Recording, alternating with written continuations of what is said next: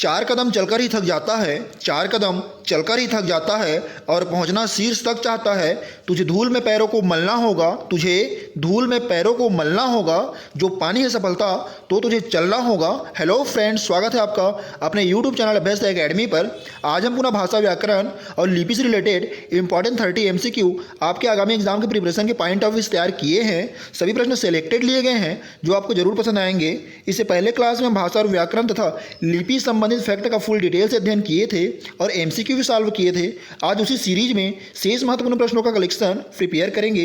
बिल्कुल ध्यान समझिएगा, हर एक क्वेश्चन आपके एग्जाम के पॉइंट ऑफ व्यू से बहुत उपयोगी है। आइए फिर शुरू करते हैं।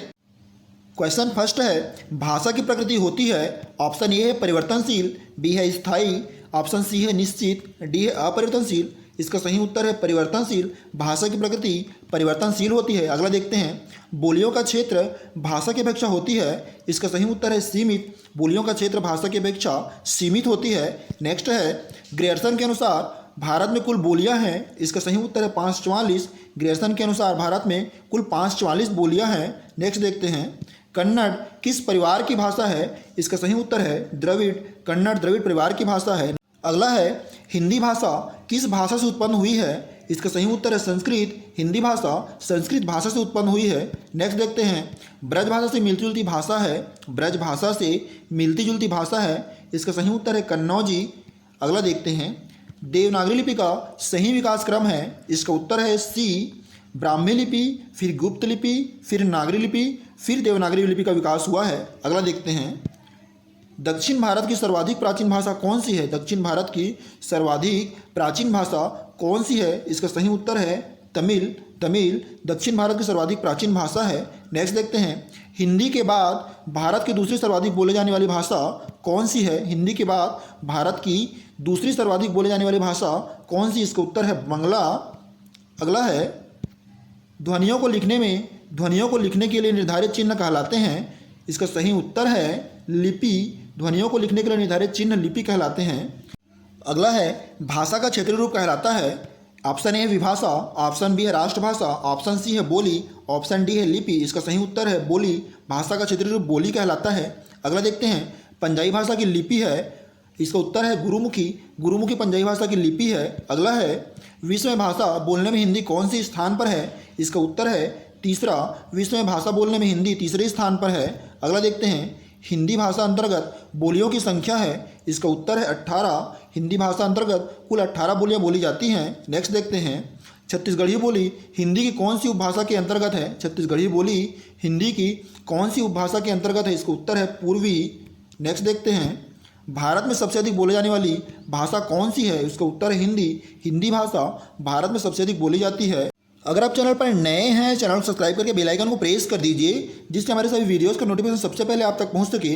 PDF और अन्य महत्वपूर्ण जीके पाने के लिए आप हमें हमारे टेलीग्राम और इंस्टाग्राम पर फॉलो कर सकते हैं। हमारे टेलीग्राम और इंस्टाग्राम का नाम भी अभ्यस्त एकेडमी ही है। अगला क्वेश्चन देखते हैं, दिल्ली सल्तनत व मुगलों की दरबारी भाषा थी। इसका उत्तर है फारसी।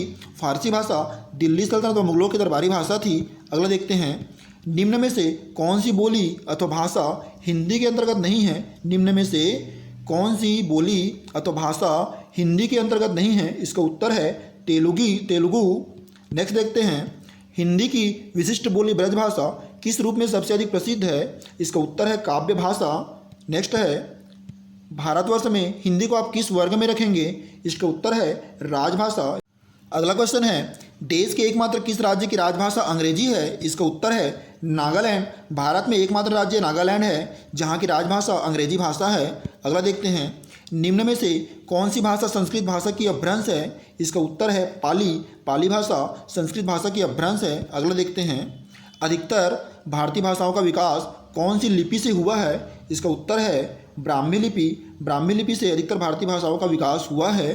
नेक्स्ट क्वेश्चन देखते हैं, दक्षिण भारत हिंदी प्रचार सभा का मुख्यालय कहाँ स्थित है। इसका उत्तर है चेन्नई। चेन्नई में दक्षिण भारत हिंदी प्रचार सभा का मुख्यालय स्थित है। अगला है, हिंदी भाषा के विकास का सही अनुक्रम है। इसका उत्तर है ऑप्शन ए, पाली, प्राकृत, अपभ्रंश और फिर हिंदी। नेक्स्ट देखते हैं, संविधान के अनुच्छेद 351 में वर्णित है।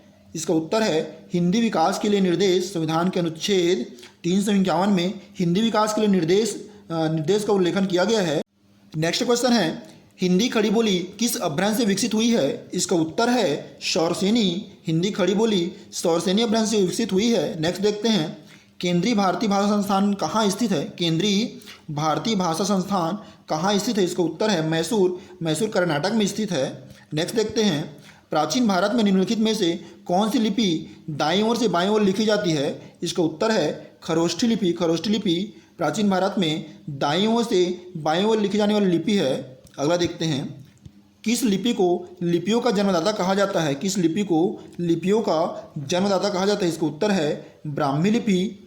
अब वीडियोस को लाइक कमेंट और शेयर करना बिल्कुल ना भूलें। अंत में सिर्फ यही कहूँगा, कुछ किए बिना ही जय जयकार नहीं होती है।